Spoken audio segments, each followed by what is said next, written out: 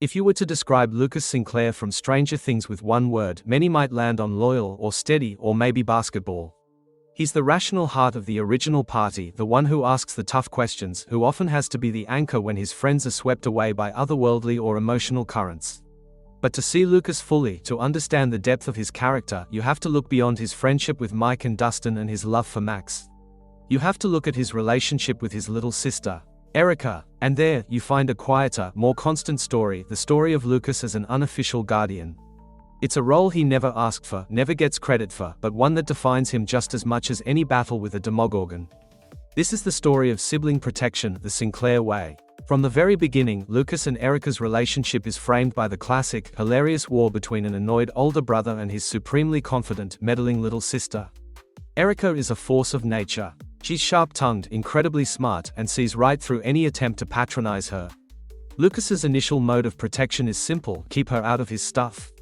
He barricades his room with a sign and a childish lock. He tries to shoo her away from his basement plans. He treats her like a pest because that's what little sisters are supposed to be, right?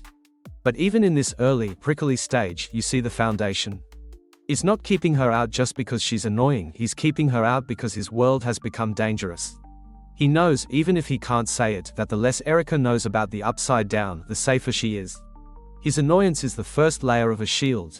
The real shift, the moment where the big brother instinct moves past mere irritation into active guardianship, happens in the heart of Season 3, Starcourt Mall. Lucas, along with the rest of the party, recruits Erica for a mission. They need her small size to crawl through the air vents of the secret Russian base. They bribe her with all the free ice cream she can eat. Erica agrees, but on her own terms, negotiating fiercely. Lucas is reluctant. He's the one who has to convince his parents to let her stay out late.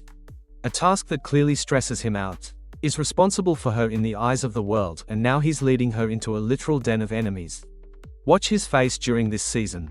While Erica is in her element, being brilliantly sarcastic and fearless, Lucas is constantly watching her, his eyes wide with a fear we rarely see in him during his own fights. When she's crawling through the vents, he's not thinking about the mission's goal, he's thinking about her. When the Russian soldiers capture them, his panic isn't just for himself or his friends, it's amplified because Erica is there, in handcuffs next to him. This is the core of Lucas's protection, it is heavy with the weight of consequence. With his friends, the risk is shared. They chose this. Erica didn't. She's his sister. Bringing her into danger feels like a profound failure of his unspoken job, which is to keep the chaos of his life away from his family. In the Starcourt battle, as the Mind Flayer's monster rampages, Lucas doesn't just fight.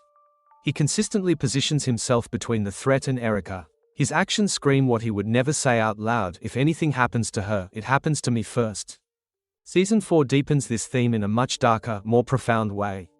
The threat is no longer just a physical monster they can shoot with a slingshot. It's Vecna, a psychological predator that attacks people where they are most vulnerable, in their minds, in their guilt, in their trauma. And who does Vecna target? Max. Lucas's greatest fear shifts from a monster eating his sister to a curse destroying the girl he loves. He becomes Max's primary protector, staying by her side, researching, standing guard. He is fiercely, utterly devoted. But this duty creates a heartbreaking conflict within his role as a brother. Erica, now fully a member of the party, is right there with him. She's investigating Victor Creel, she's in the abandoned asylum, she's in the thick of it. Lucas is now torn between two people he needs to shield. We see it most painfully in the finale. The party splits up. Lucas goes to the Creel house to save Max, a mission of love and desperation. Erica goes with Dustin and the others to fight Vecna's bats in the Upside Down. A military-style assault. In a perfect, heartbreaking piece of dialogue, Lucas says to Erica, "Do not do anything stupid." And Erica, with all her trademark sass, shoots back, "You do not do anything stupid." It's a brother-sister exchange, but the look they share is not one of kids playing hero. It's the look of two soldiers heading into separate battles, each terrified for the other. Lucas is letting his guard down.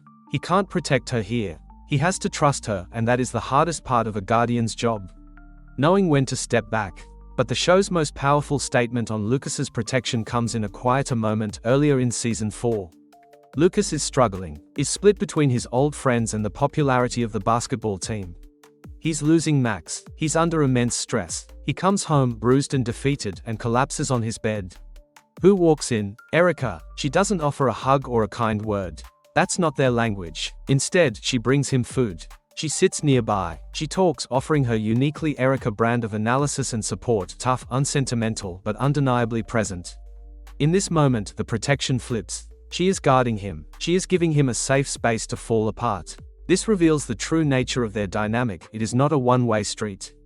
Lucas's years of steady, often exasperated guardianship have built a bond so strong that it can now support him when he stumbles. He protected her from monsters, and in return, she protects him from the loneliness of his own pain. That is how the Sinclair family operates. In the end, Lucas Sinclair's story as Erica's guardian isn't about dramatic rescues, though there are those. It's about the daily, grinding work of caring for someone. It's the annoyance that masks concern. It's the fearful glance across a Russian prison cell. It's the agonizing choice between protecting your girlfriend from a psychic murder and your sister from interdimensional bats. It's the silent understanding over a shared plate of food after a terrible day. Lucas is the anchor for his friends, but for Erica, he wanted to be a wall between her and the weird, terrifying reality of his life. What he didn't realize is that by being that wall, by trusting her, by letting her in just enough, he didn't create a helpless damsel. He forged a fellow warrior. He protected her not by making her weak, but by showing her, through his own example, how to be strong. And in doing so, he gained the one thing a guardian needs most, a partner he can truly rely on. So, when you think of Lucas Sinclair, remember the slingshot, remember the basketball, remember his love for Max. But also remember the look on his face when his little sister crawls into a vent, or faces down a Russian guard, or hands him a slice of pizza. In those moments, you see the real heart of a hero, not someone who fights for glory, but someone who fights, first and always, for home.